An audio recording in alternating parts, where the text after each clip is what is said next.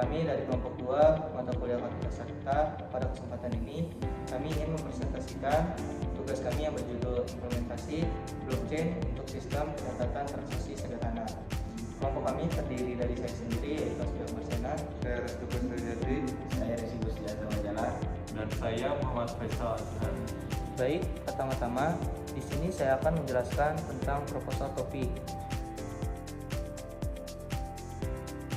Untuk bagian pertama ada identitas proyek. Untuk topiknya adalah tentang blockchain dan untuk judulnya implementasi blockchain untuk sistem pencatatan transaksi sederhana.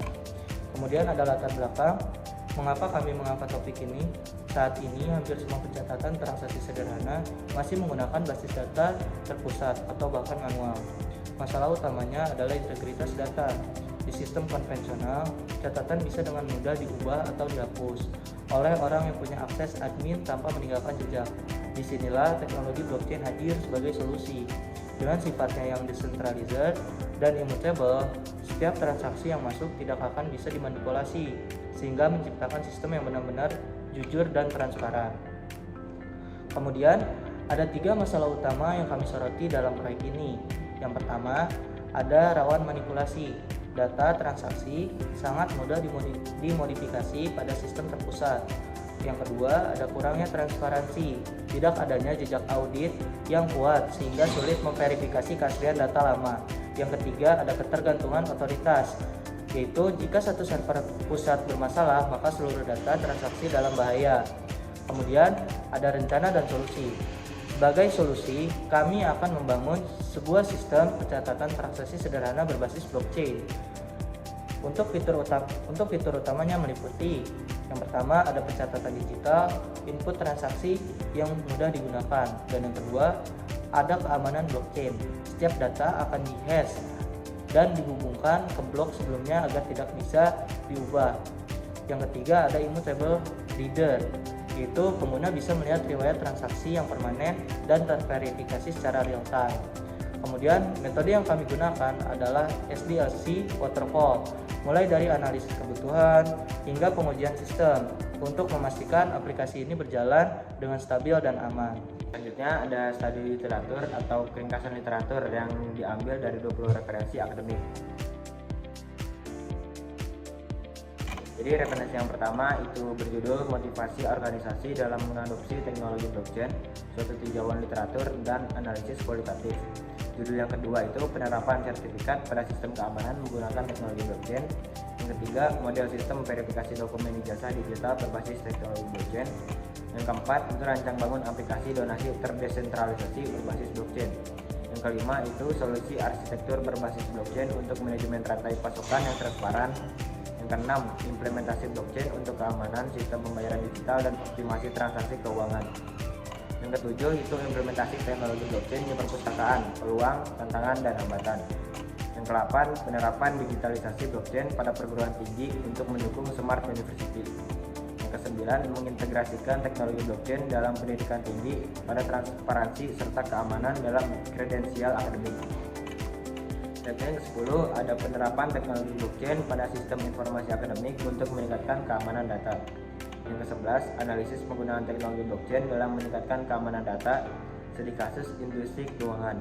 Yang ke-12, pemanfaatan teknologi blockchain untuk meningkatkan efisiensi dan efektivitas sistem perpajakan, tinjauan literatur sistematik. Yang ke-13, prospek pemanfaatan teknologi blockchain untuk mengoptimalkan keamanan dokumen pertahanan elektronik, sebuah tinjauan literatur secara sistematik. Yang ke-14, transformasi manajemen pendidikan tinggi berbasis data dan blockchain.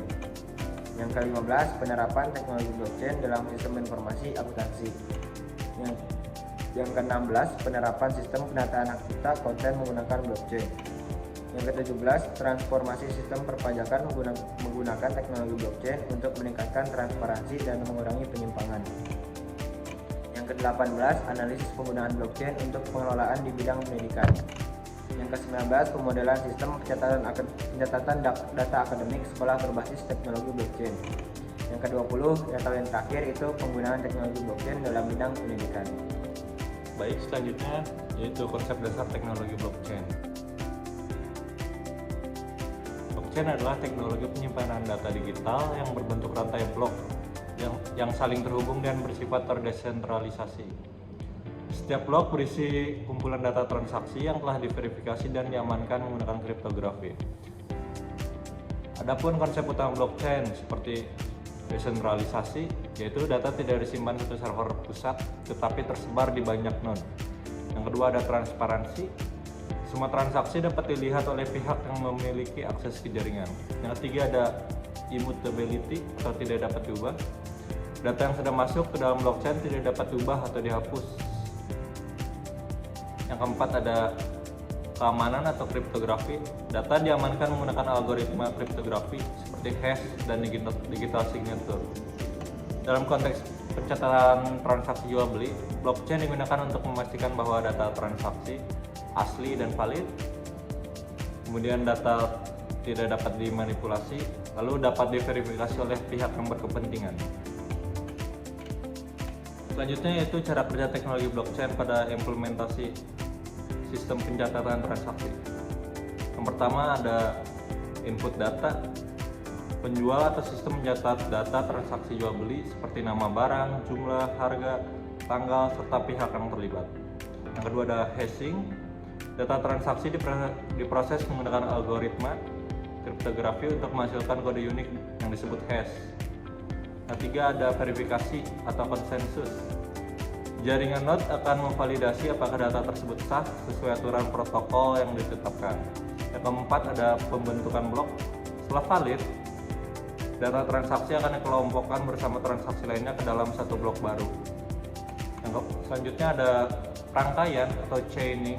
Blok baru ini diberi stempel waktu atau timestamp dan menyertakan hash dari blok sebelumnya. Hal ini menciptakan rantai yang saling mengunci. Kemudian ada penyimpanan permanen. Ketika blok ditambahkan ke dalam ledger yang tersebar di seluruh jaringan, data transaksi tersebut resmi terverifikasi dan siap diakses kapan saja.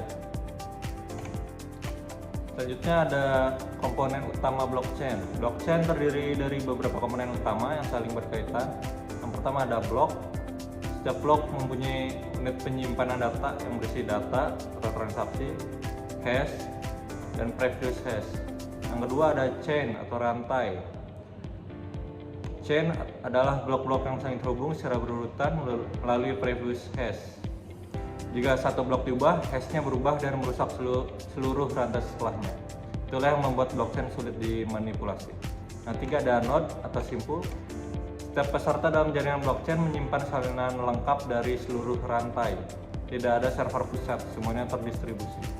Yang keempat ada mekanisme konsensus, yaitu aturan bagaimana node sepakat bahwa sebuah transaksi itu valid. Yang kelima ada kriptografi, ada hash function, dan public and private key. Baik, selanjutnya di sini saya akan menjelaskan tentang perbandingan tools teknologi implementasi blockchain untuk sistem pencatatan transaksi sederhana. Yang pertama, ada eksplorasi tools teknologi blockchain. Pertama-tama mari kita masuk ke bagian eksplorasi tools. Penting untuk kita memahami bahwa platform blockchain bukan sekedar aplikasi biasa, melainkan infrastruktur utama yang menjadi fondasi dalam sistem pencatatan transaksi sederhana kita. Platform ini berfungsi sebagai tempat penyimpanan, validasi, sekaligus pengolahan data transaksi secara terdesentralisasi. Dalam sistem yang kami rancang, setiap transaksi yang dicatat tidak langsung disimpan begitu saja. Data tersebut akan diubah menjadi hash unik, kemudian disimpan sebagai bagian dari blok-blok di dalam jaringan. Karena datanya tersimpan di banyak node atau komputer yang tersebar, sistem ini menjadi jauh lebih aman dan transparan karena tidak ada ketergantungan pada satu server pusat. Selain itu, kami menekankan sifat immutability pada blockchain. Sifat ini memastikan bahwa data transaksi yang sudah masuk ke dalam sistem benar-benar permanen. Data tidak dapat diubah apalagi dihapus secara sepihak.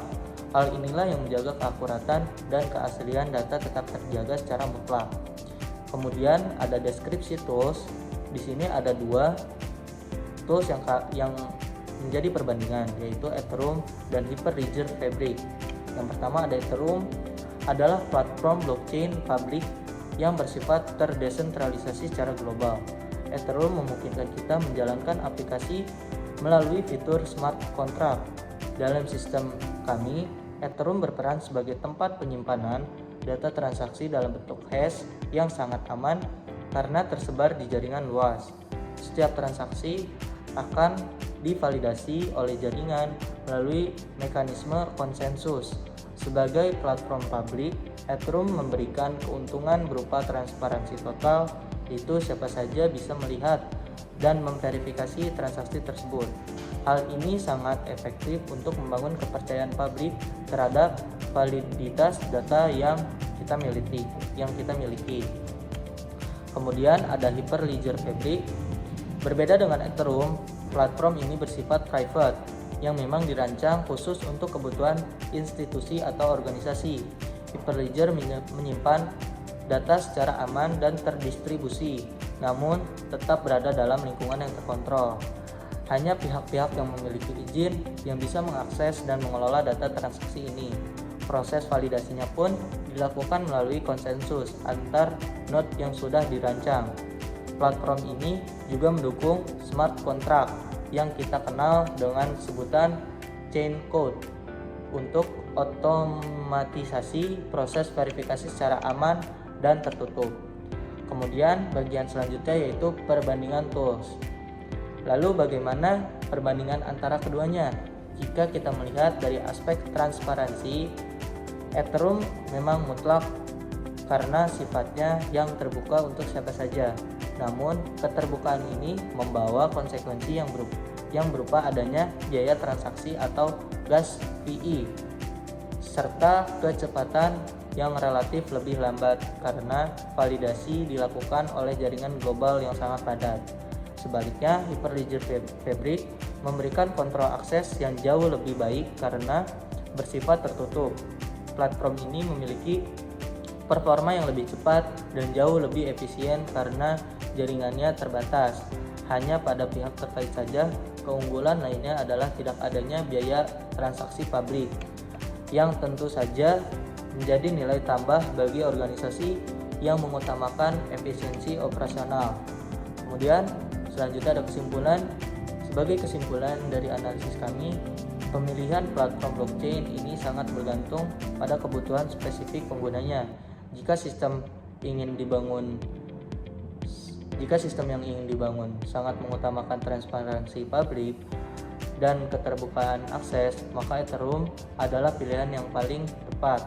Namun, jika sistem tersebut akan diimplementasikan dalam organisasi yang membutuhkan keamanan yang sangat tinggi, kontrol akses yang ketat, dan efisiensi performa, maka Hyperledger Fabric jauh lebih kami rekomendasi.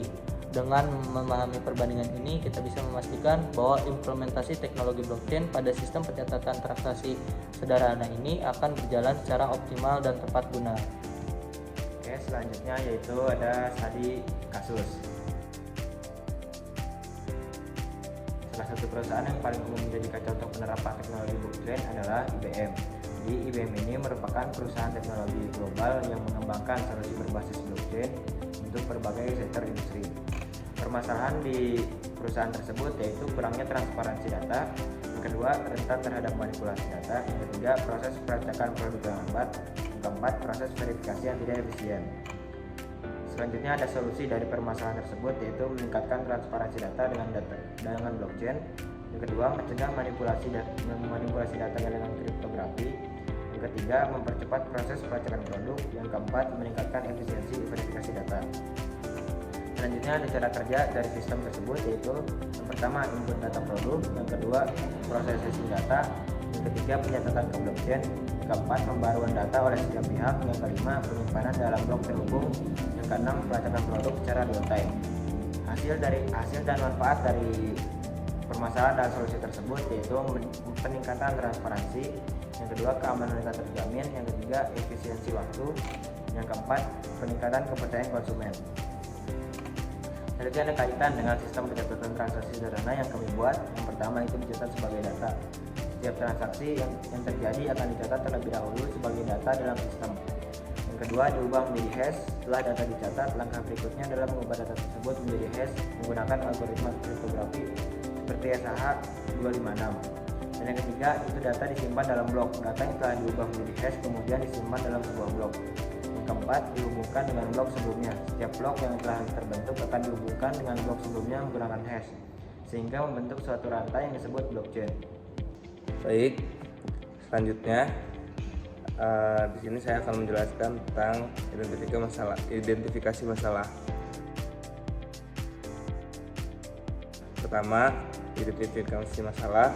Pada sistem yang lama masih terdapat beberapa kekurangan. Keamanan data yang masih lemah karena data dapat diubah tanpa diketahui oleh pengguna lain. Selain itu, sistem masih bergantung pada satu pihak atau terpusat, sehingga jika terjadi gangguan pada pihak tersebut, maka sistem dapat bermasalah. Di sisi lain, penerapan pada blockchain juga memiliki tantangan. Salah satunya adalah teknologi ini cukup kompleks untuk dipahami dan diterapkan, terutama pada skala kecil. Yang kedua ada rumusan masalah. Rumusan masalah dalam penelitian ini adalah bagaimana membuat sistem pencatatan transaksi yang aman, transparan, tapi tetap sederhana dengan menggunakan teknologi blockchain. Jadi fokus utama penelitian ini adalah menciptakan sistem yang tidak hanya aman tapi juga mudah digunakan. Selanjutnya, rule statement. Permasalahan utama yang ditemukan adalah data transaksi masih disimpan secara terpusat. Hal ini menyebabkan risiko manipulasi data dan kehilangan data menjadi lebih besar. Selain itu, proses verifikasi data juga masih kurang akurat, sehingga keaslian transaksi sulit dipastikan. Akibatnya, tingkat kepercayaan terhadap data transaksi menjadi berkurang. Selanjutnya, analisis kebutuhan solusi. Berdasarkan permasalahan tersebut, dibutuhkan solusi berupa sistem yang mampu mencatat transaksi secara digital dengan aman dan transparan. Sistem juga harus memiliki proses verifikasi data agar setiap transaksi dapat dipastikan keasliannya. Selain itu, sistem perlu mudah digunakan agar pengguna tidak kesulitan dalam mengoperasikannya, karena itu konsep blockchain yang dipilih untuk menjaga integritas dan keamanan data. Tujuan dari penerapan teknologi blockchain ini adalah untuk meningkatkan keamanan, transparansi, dan kepercayaan terhadap data transaksi. Selain itu, sistem dirancang sederhana mungkin agar tetap mudah digunakan, khususnya pada kebutuhan atau skala kecil. Selanjutnya, manfaat yang diharapkan dari sistem ini yaitu data transaksi menjadi lebih aman dan lebih sulit dimanipulasi. Selain itu, data juga lebih mudah ditelusuri karena setiap transaksi tercatat dengan jelas. Sistem ini juga diharapkan dapat membantu pengguna melakukan pencatatan transaksi dengan lebih efisien dan terpercaya. Nah, sistem ini berkaitan langsung dengan teknologi blockchain karena setiap transaksi akan disimpan dalam bentuk blok yang saling terhubung menggunakan hash. Hash ini berfungsi seperti identitas unik pada setiap blok. Jadi, jika ada data yang diubah, maka perubahan tersebut akan terdeteksi karena hash pada blok akan berubah. Dengan mekanisme tersebut, data yang sudah tercatat jadi akan aman dan sulit dimanipulasi. Sekian dari kelompok kami, kurang lebihnya mohon maaf. Wassalamualaikum warahmatullahi wabarakatuh.